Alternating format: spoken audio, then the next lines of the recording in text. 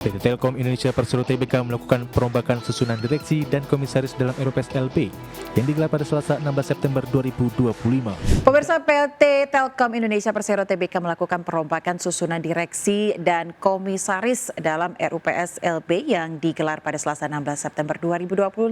Ya, terkait perubahan susunan manajemen, Telkom menegaskan hal tersebut sebagai bagian dari upaya memperkuat tata kelola serta mendukung akselerasi transformasi perusahaan.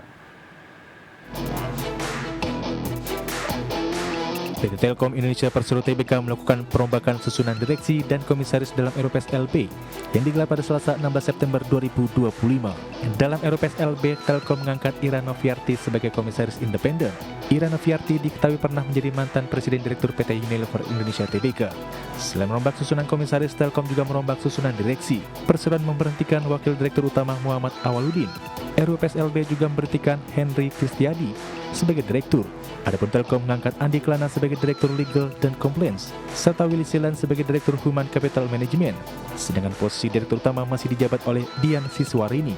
Terkait perubahan jajaran manajemen SVP Group Sustainability and Corporate Communication Telkom, Ahmad Riza mengatakan hal tersebut sebagai bagian dari upaya memperkuat tata kelola perusahaan serta mendukung akselerasi transformasi yang dijalankan dalam lingkup Telkom Group. Yang menambahkan perubahan pengurus ini menjadi langkah strategis untuk memperkuat fondasi kepemimpinan Telkom dalam menghadapi dinamika industri digital.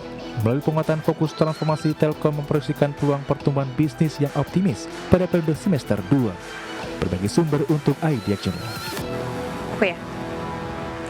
Ya pemirsa, Anda kembali lagi di Market Buzz. PT Merdeka Gold Resources atau EMAS, anak usaha PT Merdeka Copper Gold Tbk ini siap melakukan penawaran umum perdana saham atau IPO. Ya, emiten berkode saham emas ini menawarkan 10% saham kepada publik dengan harga IPO Rp2.880 per saham.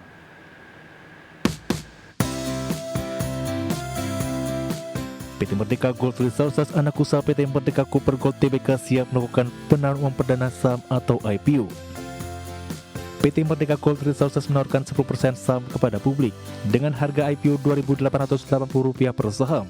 Total dana segar diperkirakan mencapai Rp4,65 triliun. Masa penawaran umum akan berlangsung mulai 17 hingga 19 September 2025. Founder WH Project William Hartanto menilai harga IPO relatif premium. Namun mengingat momentum penguatan, harga emas saham ini dinilai menarik. Terlebih jumlah saham yang dilepas hanya 10% sehingga memberi kesan terbatas dan berpotensi mendorong minat beli investor. William merekomendasikan buy sejak masa penawaran maupun setelah resmi tercatat di bursa pada tanggal 23 September mendatang.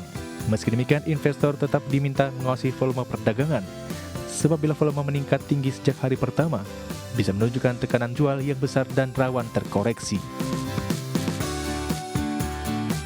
Berbagai sumber IDX Channel. Ya, selanjutnya pemirsa, Hanjaya Mandala Sampurna atau HMSP diperkirakan akan memperoleh keuntungan dari potensi kenaikan tarif cukai rokok yang lebih rendah, hanya sekitar 3 hingga 5% pada 2026 dibandingkan rata-rata 9% dalam 5 tahun terakhir. Sementara itu pemirsa, Menteri Keuangan Purbaya Yudi Sadewa akan mengkaji opsi penurunan cukai hasil tembakau atau CHT. Hanjaya Mandala Sampurna atau HMSP diperkirakan akan memperoleh keuntungan dari potensi kenaikan tarif cukai rokok yang lebih rendah, hanya sekitar 3 hingga 5% pada 2026 dibandingkan rata-rata 9% dalam 5 tahun terakhir. Berdasarkan rancangan awal Anggaran Pendapatan dan Belanja Negara atau RAPBN 2026, tarif cukai rokok di Indonesia kemungkinan hanya akan naik 3 hingga 5% pada tahun depan. Diskusi di DPR juga mendorong penerapan kenaikan cukai yang lebih rendah sehingga memperbesar peluang terciptanya rezim cukai yang lebih longgar bagi industri tembakau. Menyikapi tidak adanya kenaikan cukai hasil tembakau tahun depan, saham emiten rokok kompak melesat pada perdagangan hari Selasa lalu. 4 emiten rokok yang melantai di bursa pada hari Selasa kompak membukukan kenaikan harga saham yang signifikan, bahkan 2 dari 4 saham rokok tercatat menyentuh batas auto rejection atas dan 2 lainnya juga tercatat nyaris arah. Sementara itu, Menteri Keuangan Purbaya Yudi Sadewa akan mengkaji opsi penurunan cukai hasil tembakau atau CHT. Menurutnya, setiap kebijakan yang dirumuskan memerlukan studi mendalam dan analisis dari lapangan sebelum diterapkan. Berbagai sumber IDX Channel.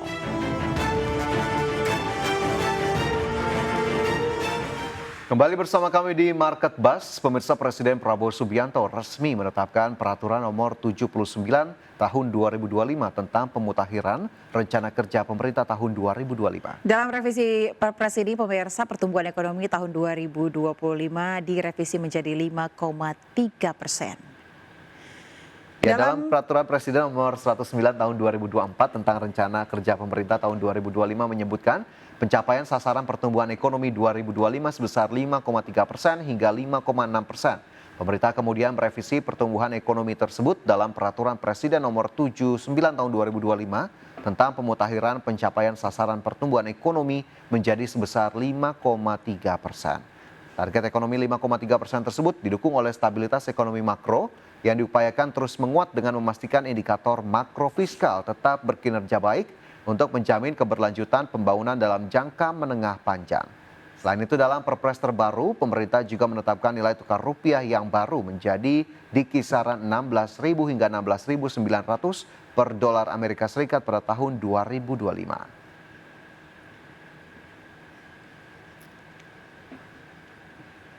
Ya, berikutnya pemirsa, Menteri Keuangan Perbayudi Sadewa memastikan akan menyisir pendapatan negara terutama dari sisi penerimaan perpajakan. Ya, tujuannya agar tidak ada lagi penerimaan negara mengalami kebocoran. Ya, Menteri Keuangan Purbaya segera melakukan inspeksi mendadak atau sidak di lingkungan Direktorat Jenderal Pajak. Langkah ini menurutnya untuk memastikan kinerja sektor perpajakan berjalan dengan baik dan on the track, termasuk dengan upaya transformasi birokrasi di Direktorat Jenderal Perpajakan. Prosesnya masih berjalan. Selain itu, mantan kepala LPS ini juga memastikan akan terus menyisir penerimaan pajak khususnya yang berjumlah sangat besar.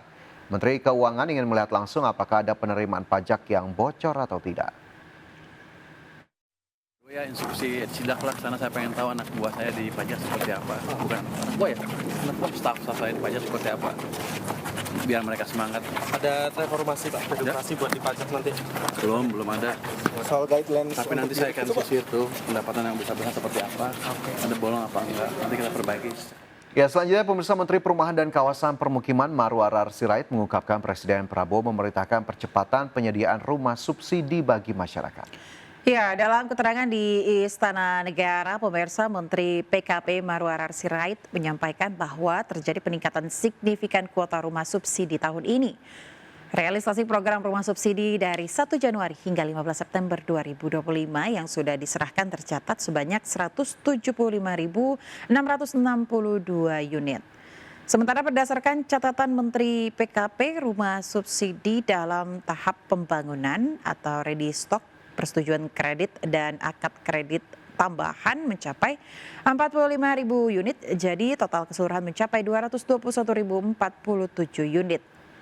Selain itu, pemirsa, Menteri ARA juga menjelaskan program kredit usaha rakyat untuk sektor perumahan yang nilainya 130 triliun rupiah ini disebut menjadi langkah strategis. Untuk pertama kalinya, KUR diarahkan mendukung pembiayaan rumah rakyat. Sudah KUR perumahan yang pertama sepanjang sejarah Indonesia, 130 triliun buat UMKM, buat developer, kontraktor, kemudian juga toko-toko bangunan yang masuk kriteria UMKM, kemudian juga dari bagaimana dukungan dari Bank Indonesia, ada GWM Bank Indonesia dan juga burden sharing. Sekarang kami doakan akan merumuskan satu lagi kebijakan di bidang perumahan yang diharapkan bisa menggerakkan